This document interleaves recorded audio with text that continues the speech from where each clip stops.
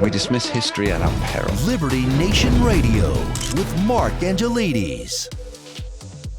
Hello and welcome to another edition of Liberty Nation Radio, heard coast to coast on the Radio America Network from our flagship station in the nation's capital, WWRC in Washington, D.C. I'm your host, Mark Angelides.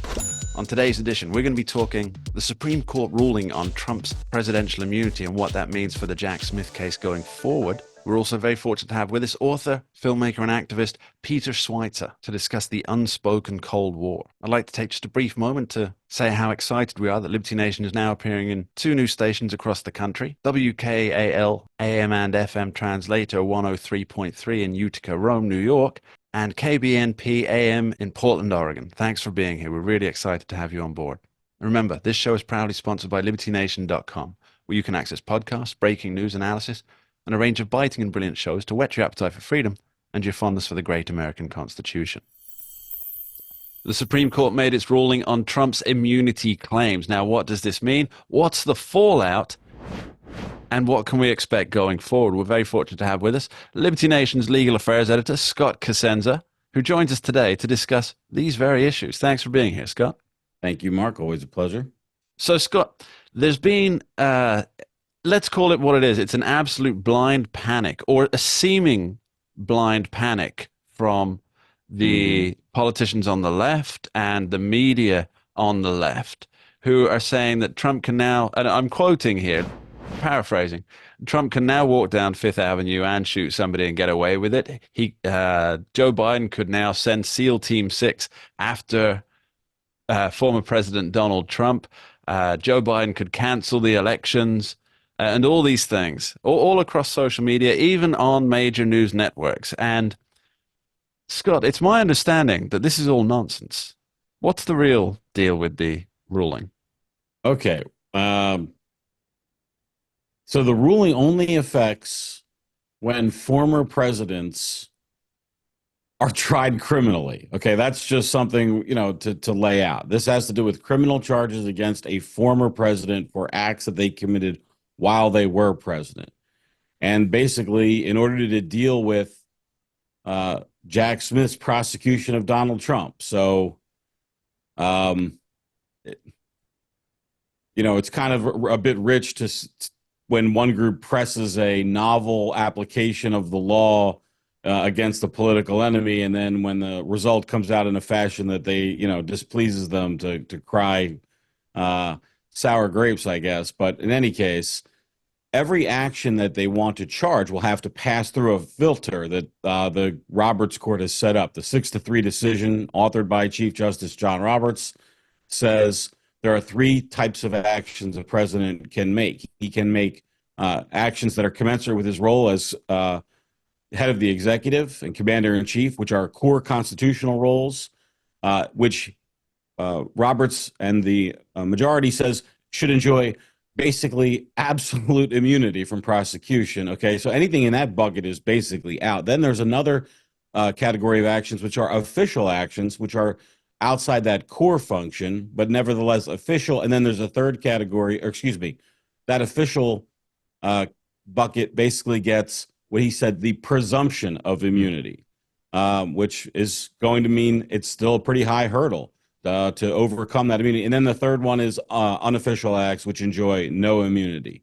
So shooting somebody in the street for no reason is presumably in the not an official act and enjoying no immunity rather than an official act, which would enjoy immunity. Scott, I'm old enough to remember former Obama wingman, Attorney General Eric Holder, and his kill lists, where he said, yes, the government has the right to kill an American citizen in a foreign country. And I can't remember precisely what he said, but he was referring to, we will determine what the due process for that is based on the circumstances at the time.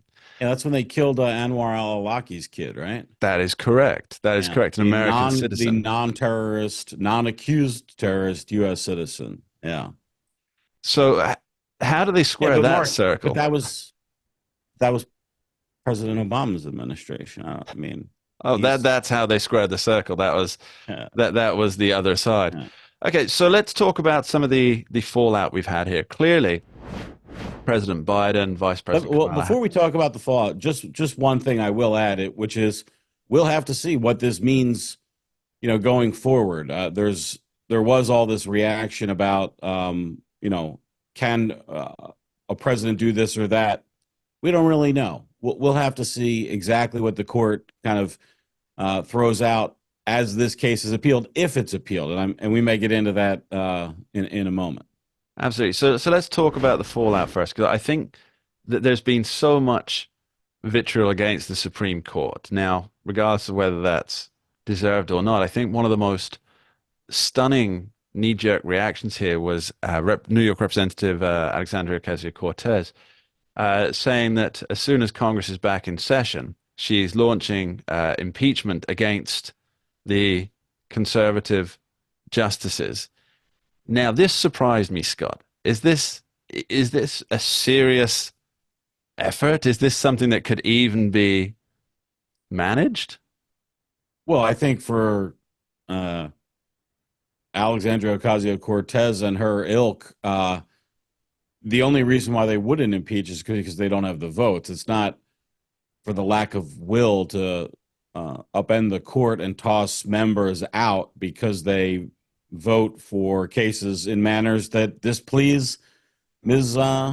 Ocasio-Cortez. Whereas I think a more conservative politician might say, well, I may not like the result, but they're, duly appointed members of the court. I don't know. Maybe we're through the looking glass on that part too. It's just a power play all in. I don't think that there are the votes there. I'm not so much of a political analyst as I am a legal one, but as I'm counting votes, to throw out a Supreme Court justice on impeachment for voting, for ruling in a manner that they dislike. And by the way, it'd be one thing if there was an 8-1 situation, where there's one justice that was just so outside the bounds of acceptability, but she's going to vote file that on what, on all 6 of them?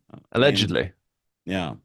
So that if she did do the follow through with this, which is not entirely certain, even though she has announced it, this would require a full vote on the House floor and a majority to declare just impeachment. Like a presidential. Yeah, and then go to the Senate where they'd require a 60-vote threshold.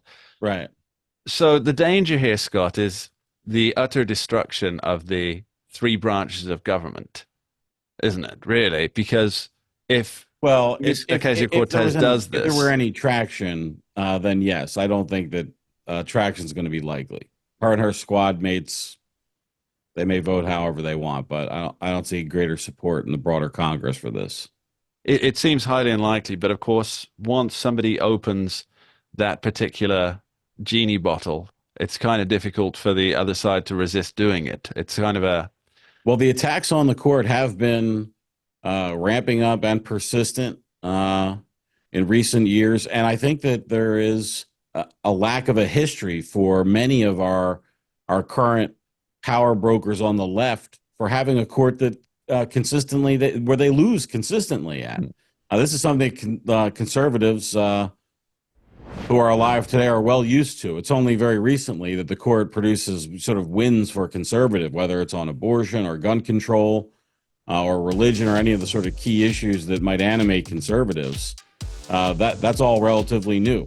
So maybe the left is just going to have to get used to losing for a while before they settle into it.